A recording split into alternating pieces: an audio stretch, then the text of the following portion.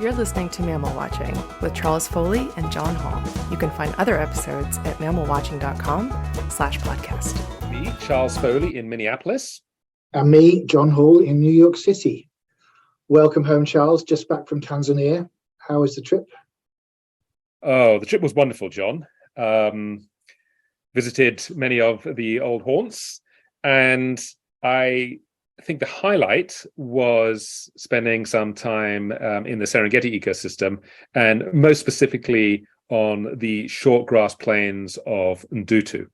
And Ndutu is actually in the Ngorongoro Conservation Area, but it's all forms part of that main Serengeti ecosystem. And it was great because at 2:00 in the morning, the wildebeest migration started moving through, and you can just hear the sounds of tens of thousands of animals walking past. And I have to admit, it's really stunning. And what happens is that they come to this area every year to breed. And the idea is to pump out tens of thousands of little wildebeest and completely overwhelm all the carnivores because they can't eat all of them. And I know that, for many mammal watchers, they focus on the numbers, etc. But if you haven't been to the Serengeti ecosystem, I highly, highly recommend it, particularly if you can catch the main wildebeest migration, because it's just stunning to see that many animals. And in the Ndutu area, you can drive off-road. And so you can just spend half an hour driving through herds of thousands of wildebeests, and they sort of part in front of you like the Red Sea, and it's like close up behind you. So it really is magnificent. And frankly, I cannot recommend it highly enough. Lucky you. It sounds absolutely magical. And I didn't get the full migration, but what I saw, as you say, the noises was as much a part of it as the spectacle of all the animals, just hearing those gruntings echoing. I don't know, it's extraordinary. Lucky you. And perfect timing. Congratulations. Yeah, thanks. Yeah, it was great. So on today's program, we are delighted to have Terese and John Hart, who have lived and worked in the Democratic Republic of Congo, which was formerly known as Zaire, for nearly 50 years. And during that time, they have conducted seminal work on that most elusive and mythical of all African ungulates, the Okapi, including doing the first ever field studies of this species, in which they actually trapped and radio collared several animals. And the Harts over the years have led many expeditions into previously little known regions of the Congo, and they provided the data that led to the establishment of several hugely important protected areas, including the Okapi Reserve in 1992, the Itombe Reserve in 2006, and most recently, the Lomami National Park in 2016, which Terese ran as the head park warden until just a few months ago. And over the years, they have also helped discover not just one, but several new species of primates. Additionally, the Harts established a Center for Forest Conservation Training at Ipulu in the Ituri Forest, and over the years, they have trained over 30 national scientists. Terese and John, welcome to the podcast. It's wonderful to have you here. Very glad to be here. So excited to talk to you. Yeah, no, I've followed your blog for a while, and you are the most exciting guest for me we've had on this podcast. So welcome. Thank you for joining us. So perhaps you could start off by letting us know how each of you got involved in biology and conservation. Terese, do you want to start off with that? Actually, I think John should start off, as he got involved at an earlier age than I did. Yes, I guess the way we talked about this question actually this morning, and it's like two different skeins of thread that get twined together into a single rope. So I started before even in going to school. I know this because my mother, who was a widow, just widowed actually, and went to England, but left me with her parents, who her father was a professor at the University of Michigan and had his summers off. She went to England for the summer and left me with him. And I remember vividly now, he was an avid fisherman, and I remember vividly now going out with him fishing, loving fishing. But then the first fish caught, I was no longer interested in fishing. I just wanted to look at that fish, open its gills, open its mouth, move its eye, spread its fins, everything I could. And when a different fish came up, I was totally delighted because it was something different, a different color, a different size. So that really started with me there. And it just kept going. As a grade school kid, the neighbors, in the little town in Minnesota where my father was a stepfather now, because my mother remarried after the first father died, the neighbors had big flocks of crossbills came down from the north. This is in Minnesota, and filled their feeders. And I just went over to their house. They let me sit in their house, and just in front of that feeder, looking at those crossbills, white-winged crossbills, red crossbills, both species were there, males, females, all this and that. And so I was 9 years old, maybe 10. Judge Flaherty, he was the owner of the bird feeder, gave me a pair of binoculars, and my parents followed it with a bird book, and it just took off from there. So it was one thing after another. I think in seminal moments were hands-on experiences with mammals and birds, in fact, really, because by the time I was in high school, I was keeping hawks and into falconry. I worked with the Hammerstroms, a couple in Wisconsin, on birds of prey, catching them, banding them, all of this, and had my own birds, ferrets, every other thing. So, that was just kept moving that way. But it was always an interest in, I would say, both discovery, but also the whole ecology of it. It wasn't just having the animal or seeing the animal once. I wanted to know about the habitat it was in. Where did it go? Why was I seeing something some places and not others? So that was a little bit the childhood things that got me going. I'd say very important. It was, I had lived in a place and with a family that allowed me to roam on my own. Close as I was younger, further as I got older, the bicycle was there. Finally, my parents' car, and I could discover this on my own terms and in my own way. So that was a little bit my scheme in this combination that Terese and I are now. And I'll now, turn this over to her and let her. I want to hear a little bit about her getting started. Well, John was small town Minnesota, and I was urban Western New York. But again, family was very important. My parents loved to go camping, and they took me camping, and they gave me an opportunity to take a geology course before going to college. And that's what really opened my eyes to the diversity of the landscape and the incredible history and the differences in geological history. And that was one side. And then once in college, I was very interested in insects more than mammals. And I was interested in ants. I made a dragonfly collection, which I continued for a while when I was in Peace Corps. But it was very interesting to meet John. We went to the same college because he was netting birds, misnetting birds at the time. Bird banding, right. And to see him naming all these birds as they came in was just, the importance of naming, the importance of that the association between different names and an understanding of biodiversity was new to me and greatly increased my interest in any kind of biology, botany, insects, entomology, mammalogy.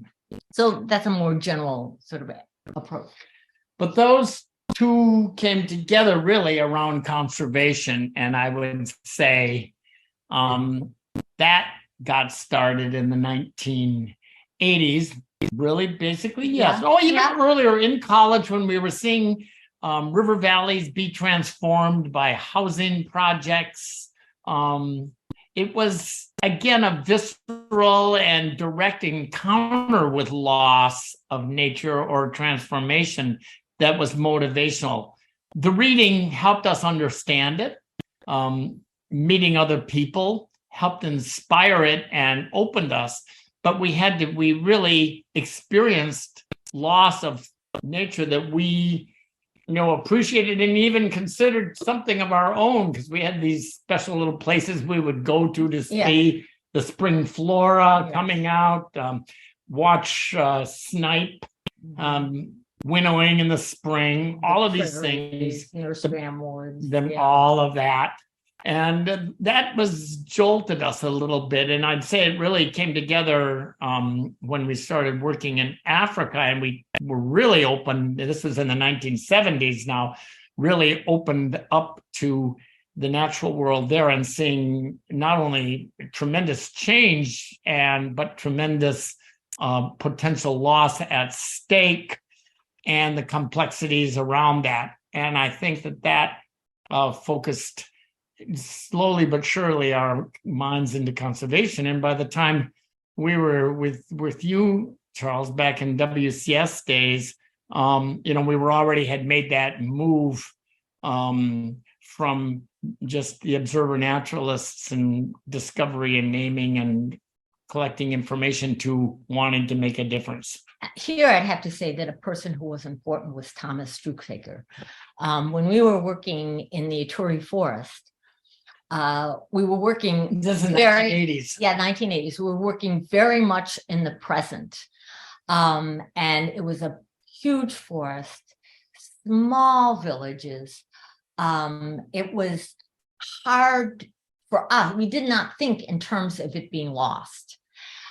When he came over from Uganda and spent a week with us, his immediate thing was this forest is in danger.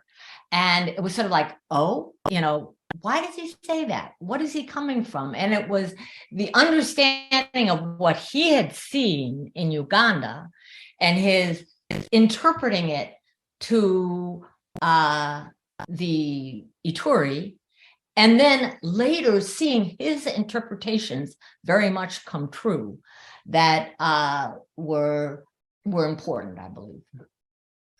Yeah. Also, I would say deal for us in the 1970s now. I was living with the MaMbuti Pygmies. At that time, Terese was a Peace Corps volunteer, but who had a vacation, and we had these one-speed Raleigh bicycles of African fame. Everybody, the Tolekas is maybe still being used. And we, during one of Teresa's vacations, we took a couple months. I think we had that long. Yeah. We rode our bicycles basically from the level of Lake Albert. She was in a little town on the just west of Bunia there on Lake Albert, all the way down the Albertine Rift on these back roads, whatever. Around the lake, across the Virunga Park, for heaven's sakes. I remember being stopped and to let the animals cross, buffalo, all of that, taken in by whoever, that we really, and then ending up at the bottom of Lake Kivu, Bukavu. What is that? Must be 700 miles at least. I got to look out on Google Earth on it. 400. Yeah. Anyhow,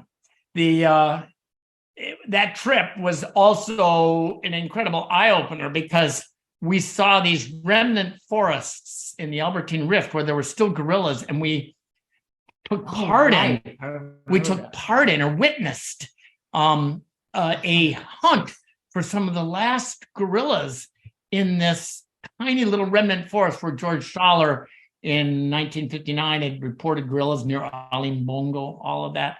And it was just, they were just disappearing in front of us. And it was just, we were devastated by this.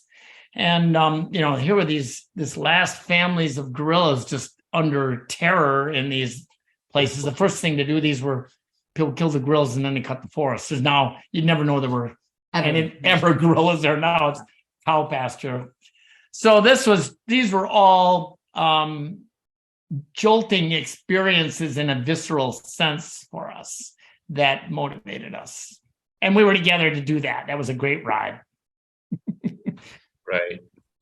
And okay, so you were both interested in biology, and then you went and basically spent the majority of your lives living and working in what is, frankly, probably one of the most difficult countries in the world to work in, and also one of the most important countries for conservation, the Democratic Republic of Congo. So how did that actually come about? What steps did you take to actually come to work there?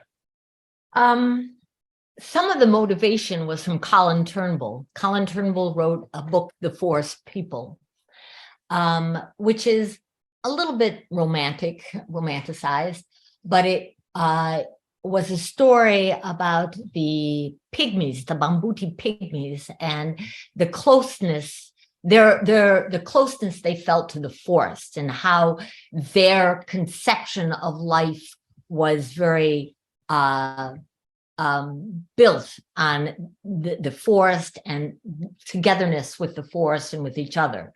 And but there was very little in the book that was ecological, like, well, what was their relationship with the animals? Was this long term? Were they, what was the impact of hunting? The impact of their hunting. And John was very interested in getting a more ecological view on them. And we spent a lot of time talking about this. And he actually got a Watson Fellowship to work in northern Kivu, in the forest, this is southern Ituri forest. And I got a Peace Corps position in not too far from there, in outside of the forest, near Bunia, as John said, near Lake Albert. And so this allowed us to continue to exchange ideas, and to continue to travel, and to see, John had a 6-month fellowship, and he was there for over a year. Over 2 years. Yep, because he was still there when I got there, right? I'd say it wasn't, it was a step by step in Congo. I remember, first of all, just when we were started, just trying to learn what we could learn, everything from the languages to, how to get around, and also just what was known and what wasn't. And this was especially important because Terese was working at this point. Now we'd moved on into graduate school, and Terese was in botany by now and looking at forest ecology. So just how to determine the identity of these trees and everything else. And then at some point, that Strusaker visited. That was a very important moment because that alerted us to the opportunities that could come. We had to broaden our view of what we were doing. And I think the Strusaker was instrumental in having the New York Zoological Society take the risk, because even then Congo was considered a risky place, to have us get started with the Okapi work. And we had a somewhat novel approach. We were going to work with these MaMbuti pygmies. We knew they know how to capture Okapi. They'd done it. We had to get radio collars on them because we weren't going to learn much. We needed that to really learn much about them. But then since they're so cryptic, and was in the course of that study as well that the big and preceding it, but the big elephant slaughters began to happen in that part of Congo. And we were stumbling on these unbelievable carcasses on our study area as we were opening our transects. So these were all, again, just signals that stuff was afoot. And it was the opportunity, this time with the assistance of Jefferson Hall from WWF, to establish a reserve in the Ituri Forest for Okapi, the Okapi Reserve, faunal reserve, that was a significant event for us to really transform what we knew about Okapi and other things into a proposal for a protected area, and then on from that for a World Heritage Site. That was humbling because we knew something about Okapi in our study area, and you know, the 30 some odd animals we got radio collars on. But you know, to talk about their distribution and their ecology across 14,000 square kilometers, which was being proposed, left us a little daunted. And but we had to move forward with that. So I think that experience of working with Jefferson Hall, and the other teams there, the ICCN station, to develop a plan that could be turned into a real protected area. I think that really was how we cut our teeth on conservation. And from there, we moved on into other areas and other protected areas as well. But we really learned how to do it with the Okapi Reserve. Yes, well, I have to admit, I remember attending several WCS meetings together, and invariably in the middle of the meeting, there would be some major disaster that unfolded in DRC. And you'd spend the rest of the meeting trying to figure out how you're going to get home. And it usually involved taking a bus to some remote border crossing and then going by motorbike for about 2 days so you could actually get back home. And, you know, there was me thinking, you know, would I make it in time to get my G&T at the Tarangire Safari Lodge? So big difference there. Exactly. But, and now we don't even have roads. Yeah, well, so yeah, that G&T has got to be, I don't know about any ice in it, but you know, you definitely need it at the end of some of these trips.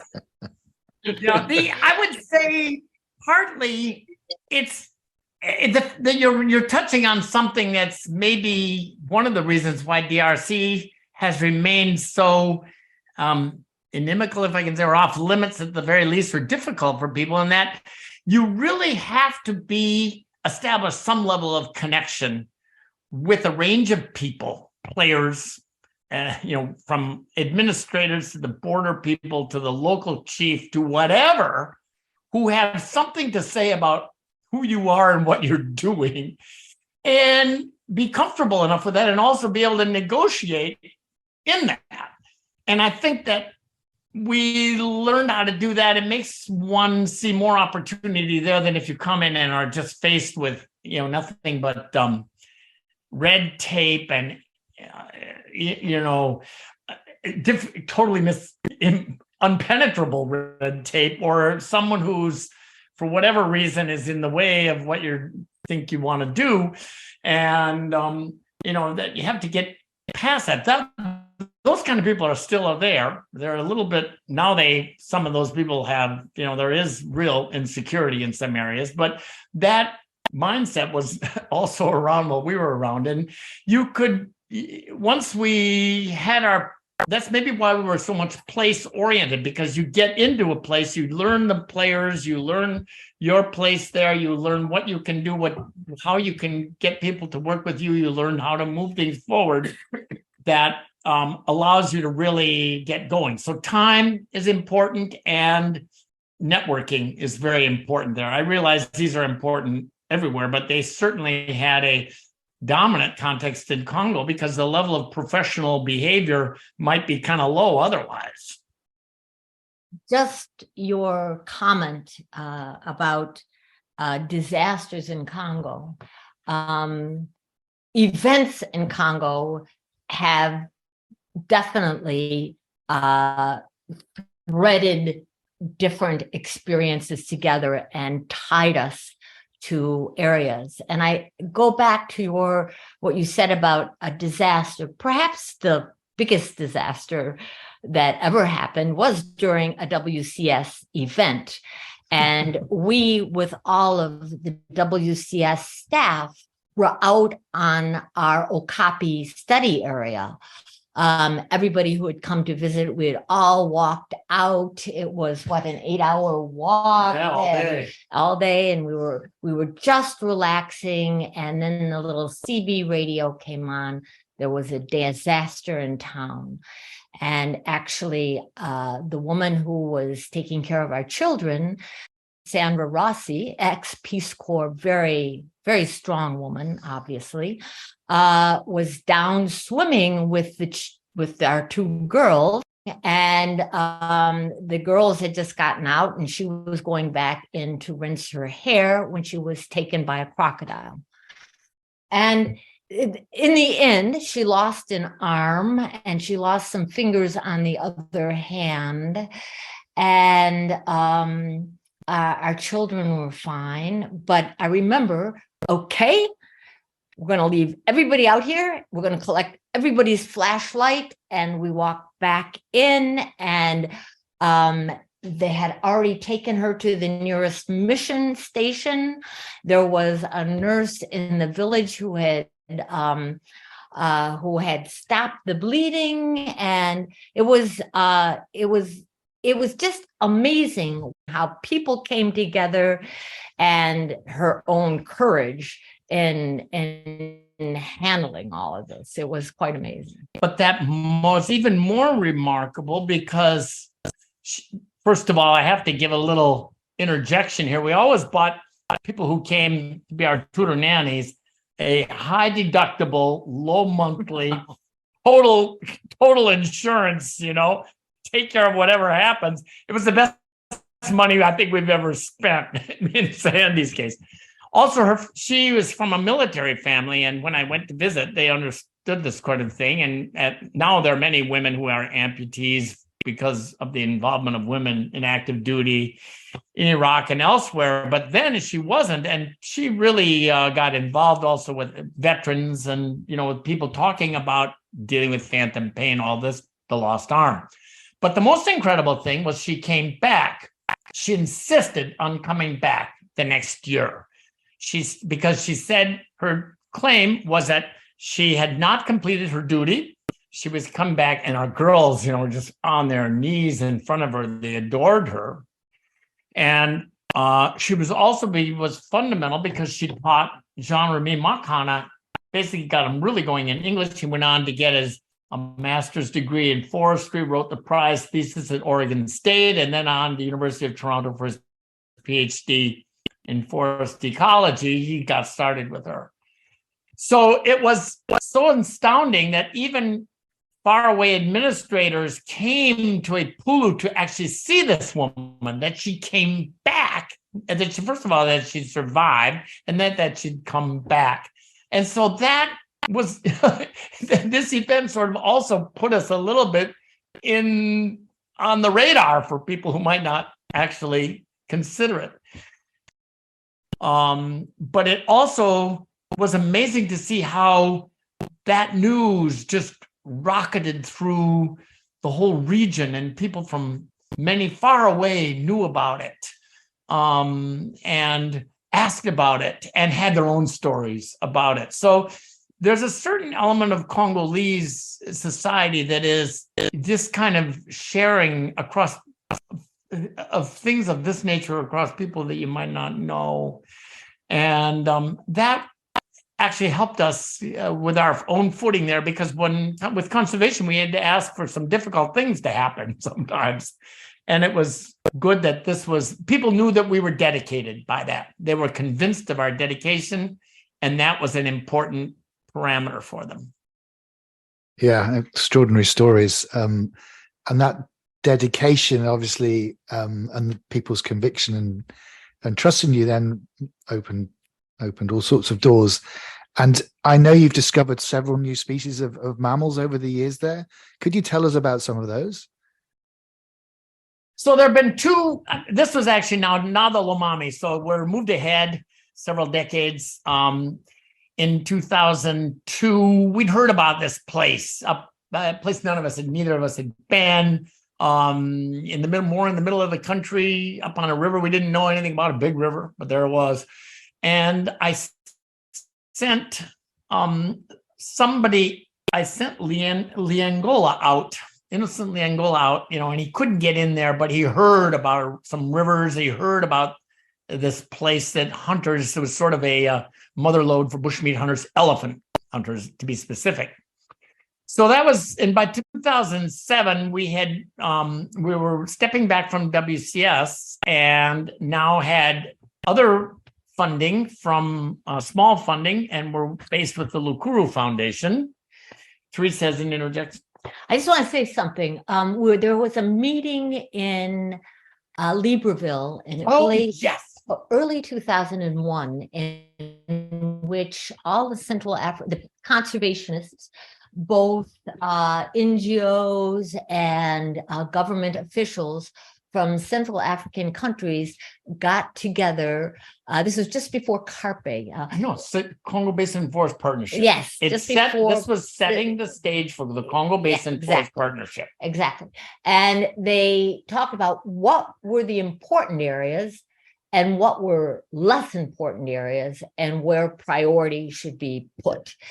And the map, I would say, as conservationists, it came out of it, was sort of embarrassing to me, in that the important areas were where people were already studying, and the unimportant areas were the areas that we didn't know much about.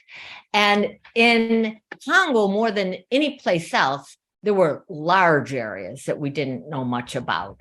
And so the team from DR Congo was very, very small compared to the team from Gabon or the team from Cameroon. And the number and possible importance of areas we knew nothing about was huge. And in the map that came out, this was not really,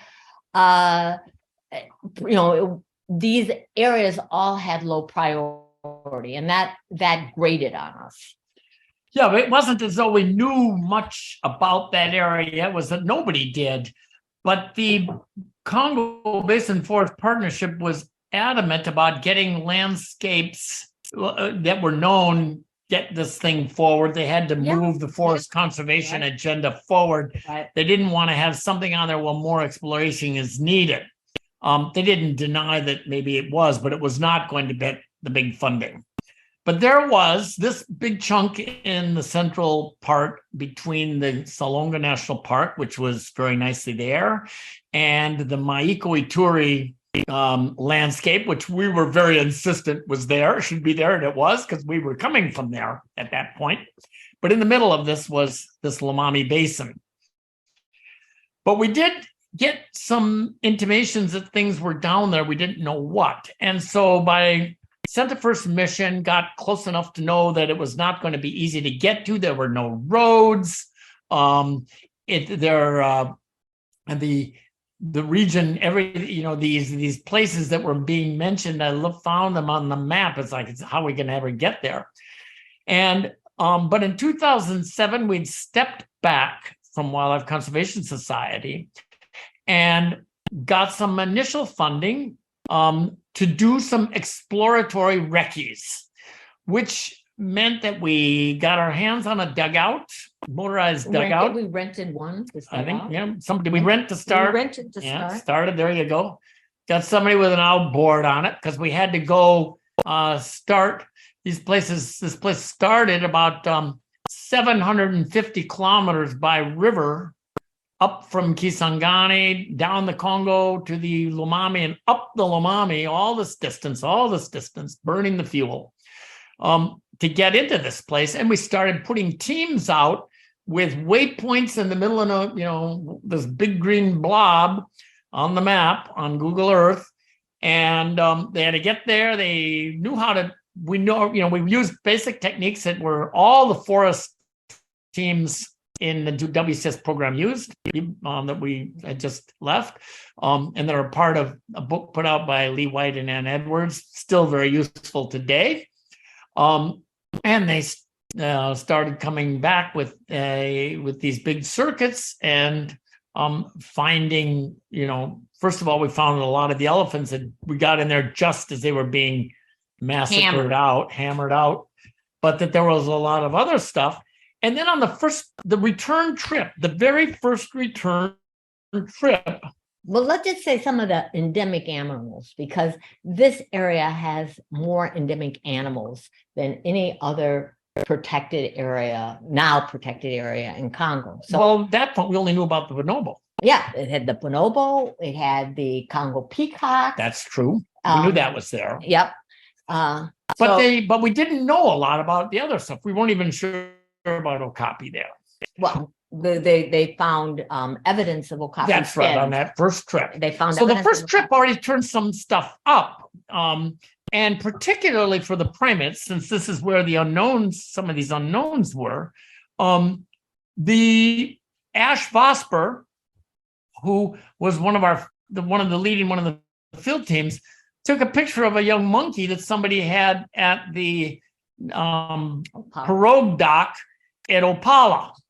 And, I looked at that monkey picture and I said, what is this? This looks like an owl-faced monkey, but not really. Sent it to John Oates. John Oates had the same conclusion. Sent it to a few other experts. Some of them didn't even write back. And it was followed up with a discovery shortly after that of a pet monkey just by chance, luck.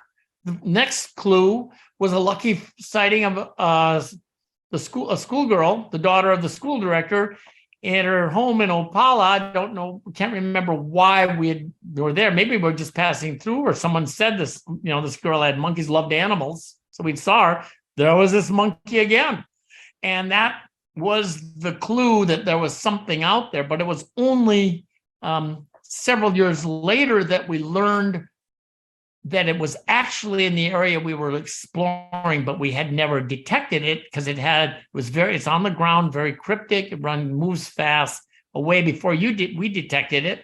Had a dawn call that was very briefly called. We heard these things. We didn't know what it was, but that we started putting these together, that we really discovered this was what became known as the Lasula, a new species of Cercopithecus monkey, most closely related to the owl-faced monkey, but separated by the owl-faced monkey by both the Congo River and the Lomami River. So there it was. Now its range, we know, is about 17,000 square kilometers.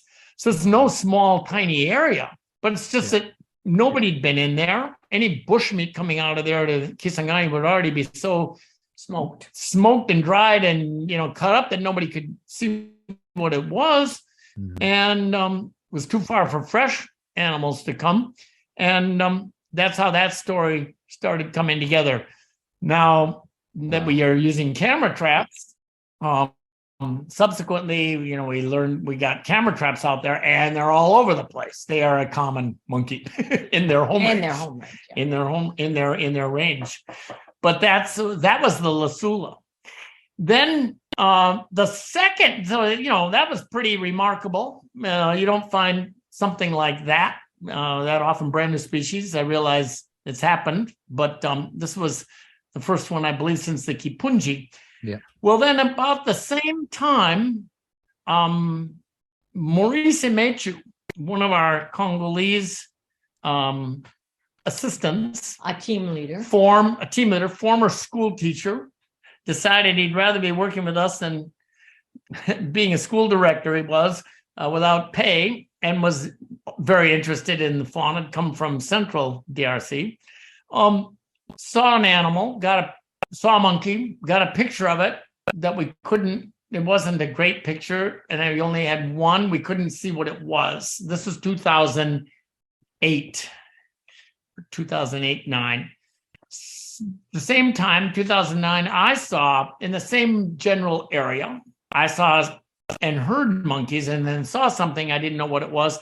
but there's so much out there that you see briefly and you don't really know, and it rolls off of you. You're so busy trying to figure out and deal with stuff you do know or can know rather than what you can't. But there they were. And it was only now 10 years later in 2018 that Jean-Pierre Capale, another one of the local high school graduate, high school education, total naturalist, just is loves the discovery, loves the forest and working in the forest. And it was from the ethnic groups, one of the ethnic groups in the area came up and said he had a monkey that he didn't know and thought was something different. Well, we took it seriously because Capale had also been 4 years before that, instrumental in the discovery of a third monkey that was new to the area and totally new to that region, but was already known. This is the Dryas monkey, Cercopithecus, now Chlorocebus, a rainforest vervet now. But he discovered that just by chance, walking through the back part of a little town, not a small town either, and only 5 kilometers from one of our base camps. And there was this monkey hanging out, and the guy wouldn't give him the monkey. He thought he would be arrested, but he let him take pictures. That was the start of that one. Wow. But what Capale saw this other monkey, and he insisted it was something different. So I said, well, you got to get some pictures. He said he got some photos, and it really was, what is this? It was totally unlike anything we'd seen. Well, it turns out now, and we've got the evidence, we're working on the paper on it, it's a brand new species of the genus Colobus. Brand new. Oh, wow. Most closely related to the black colobus on Bioko Island and the Atlantic coastal forests, Gabon, Lobe, Colobus satanus. Yeah, but very different, and with an incredibly marked pied face, of facial patterns of orange around the mouth and nose, which they have even at the youngest age. And here was this thing there. Now we know it's really, it's this relictual range on this, tucked into this little part of that Congolese forest right there. You never would have guessed this. There's no mountains nearby. I never would have guessed it would be something like a black colobus. But there it is. And it's between the Lulumami and the it's between the Lulumami and the Lualaba, and by good fortune, right in that national park.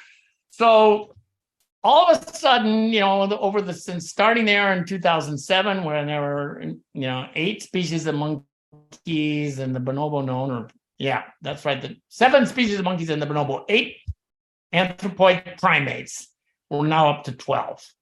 Oh, and wow. All of a sudden this place, and of them, 7 are endemic to Congo, 2 are endemic to that landscape. It's become one of the most important places for primate conservation now in Central Africa. And it was never on this Congo Basin Forest Partnership map. So, it's all a bit humbling, humorous maybe, but you have to look at every clue when it comes in. That's our lesson. That's the lesson we learned there. We hear a name, we don't know what that name is. We ask again, we get people to describe it, and there are actually a couple more out there. I'll let Terese talk about one again, another Jean-Pierre Capale finding. Why don't you tell about the ungulate? Okay, but before I do that, let me just say, still in primates, that the new primates are amazing, but very important as well is the extension of the range of a number of what were critically endangered primates, like this Chlorocebus dryas, which is now been found in 5 different places and within the park, and outside the park, and Protocolobus. Paleocolobus. Yeah. Promontory red colobus. Right. And the red colobus. And even bonobo, we found them quite a bit farther south and east. It wasn't known what their south and east limit of the range was. So it's by looking, the sort of the frustrating thing is where there is no knowledge, there's no real understanding that something brand new is there. The map was looked at. This was part of the Central African forest. This was part of the block of the Congo River inner basin. And there was no real appreciation of the incredible diversity within that until we took this area and we looked at it closely. And so there's a lesson there, of course. In terms of other new species within the area, well, we take seriously what people like Jean-Pierre Kapale, this Congolese naturalist, say. And he's told us that there is an area which is in the buffer zone, it's beyond the park, where there's an ungulate that needs to be looked at. Yeah, exactly what it is. We don't know yet. We haven't been there. But it was Kapale, Mechu, Maurice Mechu, Henri Siligoa. There's several of these people who've worked with us over the years who've made significant discoveries of mainly range extensions.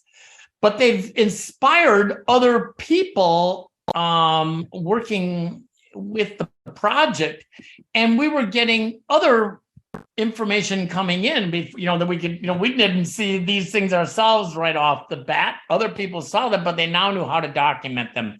And there was another primate, a MaMbuti, clearly, that was seen on several different locations, and it always looked somewhat different on each of the different locations. Well, likely a leucistic black MaMbuti, sooty MaMbuti. Looks like that's what it is, but some of them have white tails, pretty spectacular. So the awareness of novelty and the interest in novelty was key to develop in the people working with us, because many of these people were not trained scientists or really going to be pursuing any of this for a graduate degree or a professional degree, but they did know it was important for the protection and the significance of that Lomami region. So we started there in 2007, 15 years in that region. And I still think there's going to be more interesting things to discover there, these leucistic to document. I don't know about the discoveries, you never know, but certainly some of the hints, that new diker. There's another monkey further south that a German graduate student asked us about. Again, this is now outside of the park, outside of the buffer zone, down now moving into these vast region of southern gallery forests, forest islands, and savannas. Very low population. Very low human population. And he got repeated information about a monkey, a name he couldn't attribute to anything. And, some locations, nobody's been back in there yet to follow up on it. So,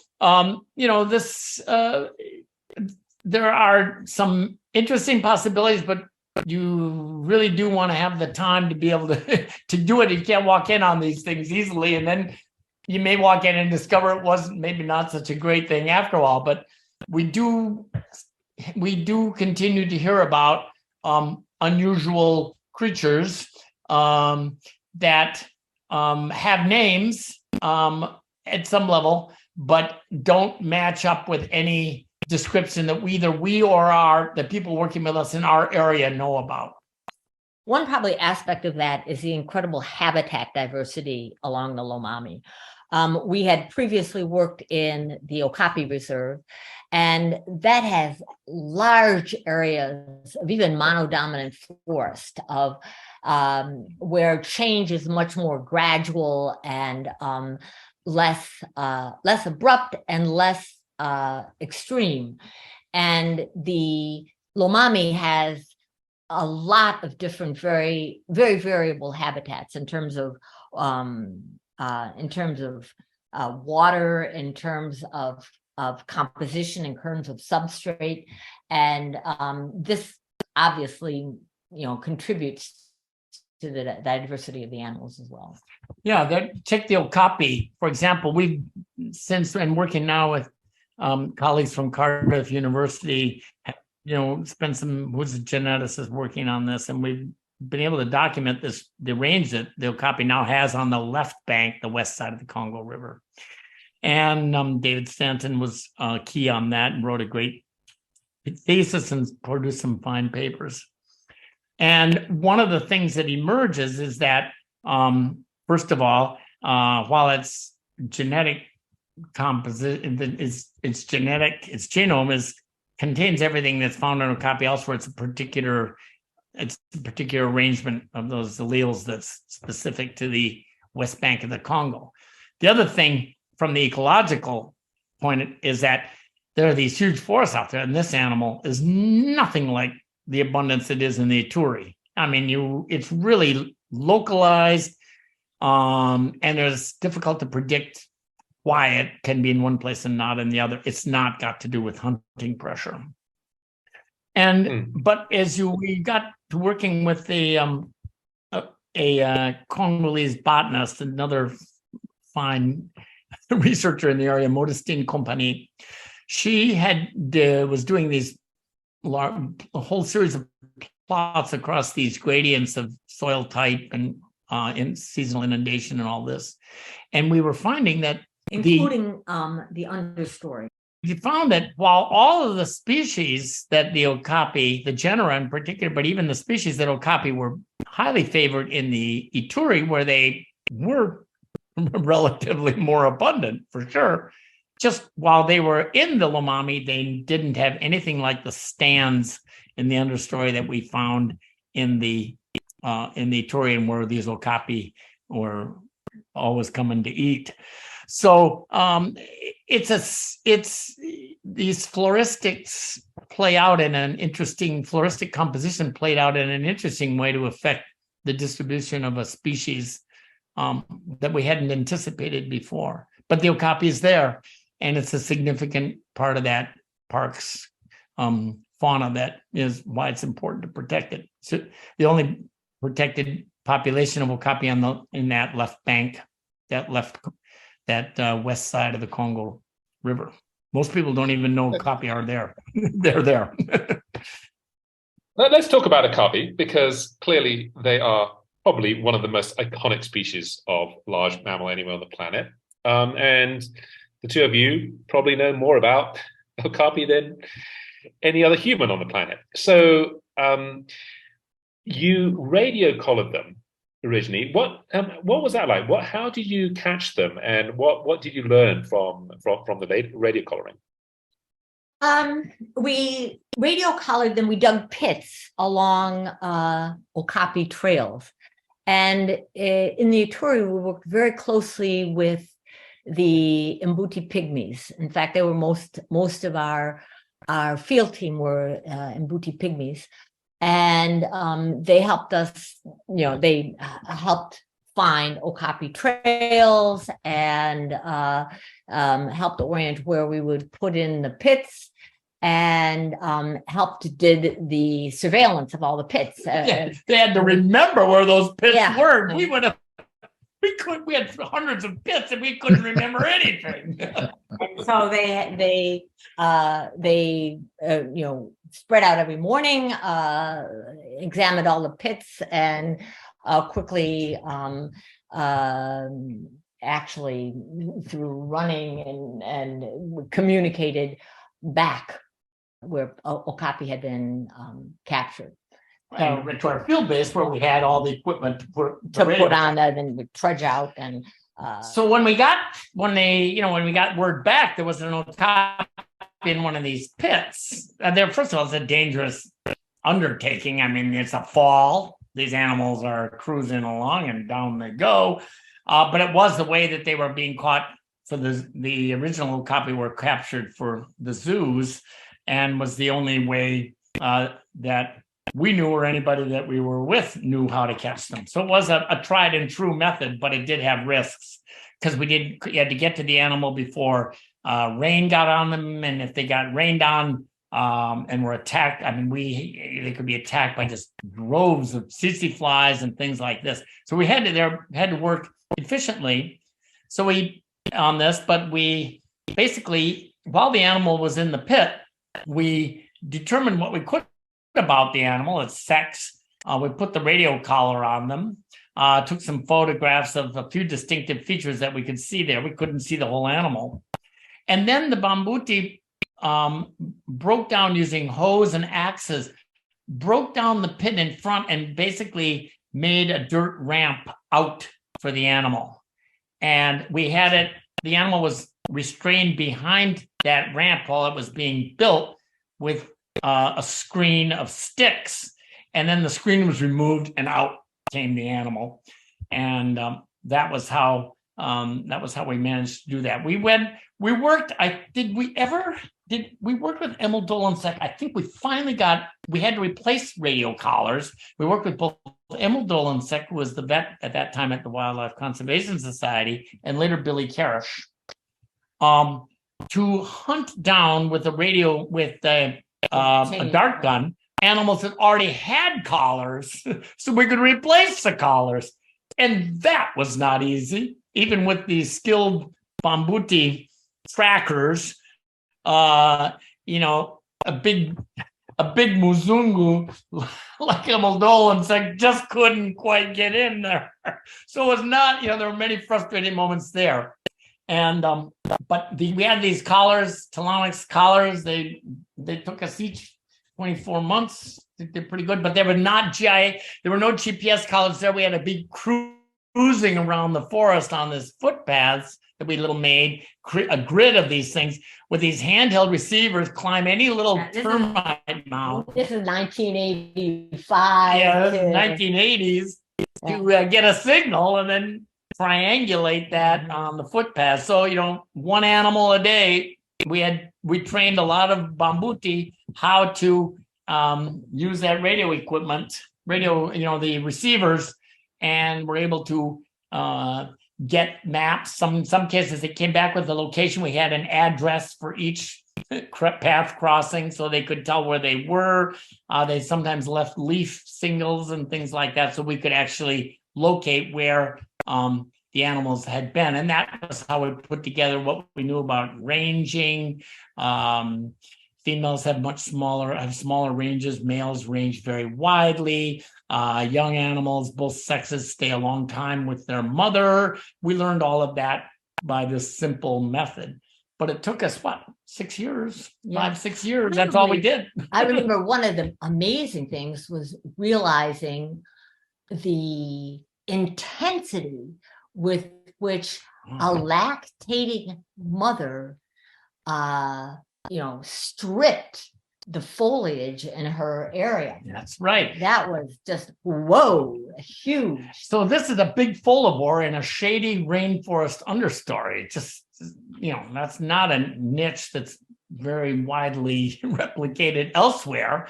And the females are larger than the males.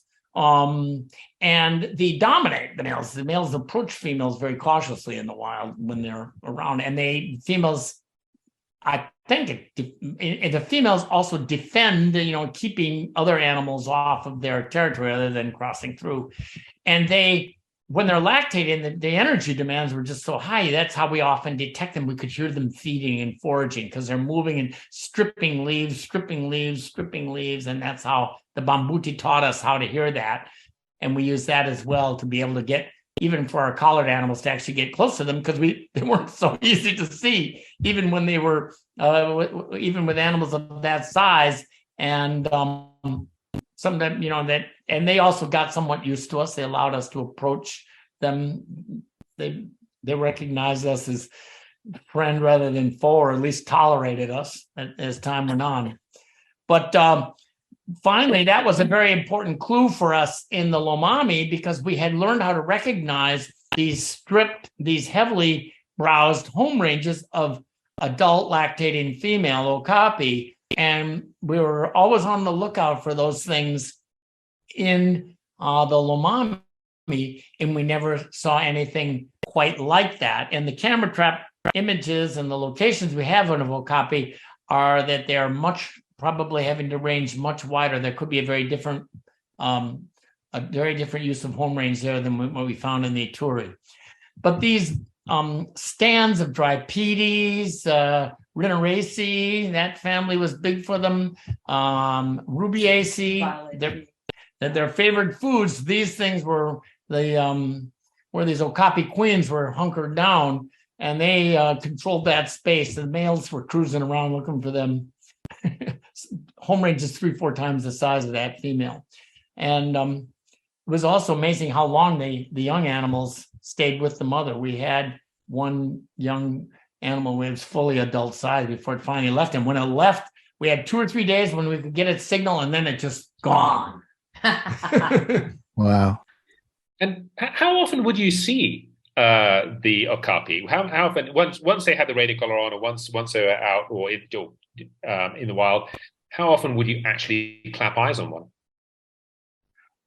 Well, we weren't making a big effort to see them so much, although we did. Once we had collars on them, we were busy trying to get where they were, what they were doing, get a precise location, because we didn't remember this is the era before GPSs, not only GPS radio collars, but there weren't even handheld GPSs that could penetrate this canopy. So we had to use a mapped grid system that, we put out ourselves. And there's always issues about that. So running around the corner to Right. get a different angle on it and triangulate it. So we did see them regularly. And in fact, moving in and across the forest, we did get glimpses of them as well, even uncollared animals. But I actually think that working with the MaMbuti pretty consistently, if someone had that as a dedicated objective and you put in enough time with some of those MaMbuti trackers familiar with their forest, because they learn about where these animals are by doing other things in the forest. They're not hunting Okapi. They're doing other things, but they are aware of them. That would be the best chance to see them. But we saw them a number of times. We didn't. I didn't send the one picture we had of an Okapi at about 12 meters away. You can't even see it in the picture. Then we finally, in the photo, you finally see the leg. Oh, there it is. They disappear in that forest understory. It's incredible. I bet. And if you are in the forest and you approach an Okapi, what's their defense strategy? Do they freeze like a duiker? Do they silently melt away? Do they charge? Do they run? Our radio Okapi spent a lot of time standing in one place. chewing their Right. Yeah. cud. Chewing their cud, or not even, or maybe that. They're very, dikers will, scuttle away, and then you can see them. Duikers are more common, obviously. Okapi will move away from you if you get very close. Yeah. But oftentimes, we knew this from radio collared animals, they would just sit there and let us move. They counted on being invisible. Right. Excellent. And so when they did move, it was this crashing thing close to you, almost too close, and it's like, they don't even, now in the Lomami, we've discovered they are coming into these little tiny clearings. We didn't see that happening in the Ituri. They came into tree falls in the Ituri because that was abundant forage. And that would be a good place to camp out and to wait for them to come in, especially a place where you've seen they've been coming and feeding. You want to get there again. But in the Lomami, they're coming into what we call edos, little natural clearings where there is some of the favored browse plants that they like. And we picked them up on our radio, on our camera traps there. But I think, you'd learn a strategy on how to, if you worked on it and worked with able to identify a competent local MaMbuti guides, and it's not all MaMbuti who know what they're doing with Okapi, but if you work with them, you'd find a way to see them, and you might even find something new about them. Like Terese and I were just talking about the northern part of the Ituri forest, this area with inselbergs. So these gigantic granitic lomasis just emerge out of the forest, and they have a flora that's unique, linked actually to East Africa, even Ethiopia, an endemic cycads, this kind of stuff. But around the edge of that, they dry out seriously in the dry season because the soils are so shallow. But right when the beginning of rain, there's a huge flush of leaf, and I think, and among them species the Okapi favor, and I think someone could make some discoveries about that, either first putting out camera traps confirming that's what's happening, and then put themselves somewhere where they're going to see one of these things come out and start foraging on the edge of that inselberg. But that's for someone else to discover. Yeah, I think large mammal viewing in the central forest would take. I mean, it's not as though there is now a tourist group that does that, and it's not as though you can move around in a Land Rover and see things. But I would think that for success, to work with MaMbuti where they exist, and local people, and get up seasonality and the importance of ADOs, and it would be possible to do quite a bit. Yeah, but you'd want to maximize what is known and what can be known about variability in habitat and in seasonality, and how that affects animals. We had actually some funders that came in to see bonobo, and we have not radio collared bonobo, and we have not habituated any bonobo, but we were able to do it just by putting out teams and a couple of weeks ahead of time, and following a group of bonobo, and then bringing in the funders and going out and taking them out early in the morning, and we could do it. No. Yeah, for bonobos, I mean, the problem is we see bonobos, and our field teams see bonobos fairly frequently. They're less cryptic than Okapi. Oh, yeah. But the problem is they're just moving all the time, finding, and keeping up with them is the issue there. I would say the Lomami is a spectacular place to watch primates. Colobus, Cercopithecus, mangabes, these new things, even this new monkey, the liquali that I just described, the new colobus. It's not difficult to see. It's just that it's not that common, and it's a very small area, and it's a big forest. Yeah, it's a big forest. So you could definitely, for primates, I'd say it's a prime place to go, and you'll see things there you won't see anywhere else in the world. It sounds just wonderful. I think me and just about everyone who's listening to this will be twitching, feeling weak at the knees at the thought of going over and doing any of these things. Just being allowed to get in there is the thing. Terese and John, I could listen to you forever. That was absolutely extraordinary. What an adventurous life you've had. What mammal sightings you've seen. I am so envious. I am now more desperate than ever to try to get to the DRC, despite you being very clear about just how complicated that could be. Thank you so much for joining us. Our pleasure. Our pleasure, really. Yeah, and I absolutely echo that. You have led absolutely extraordinary lives. You have done incredible work out there. You should be extremely proud of your achievements. And I also look forward to the day when I can go to DRC and perhaps try and track down one of those Okapi. Oof, one day. Thank you. You've been listening to Mammal Watching with Charles Foley and John Hall. You can find other episodes at mammalwatching.com/podcast.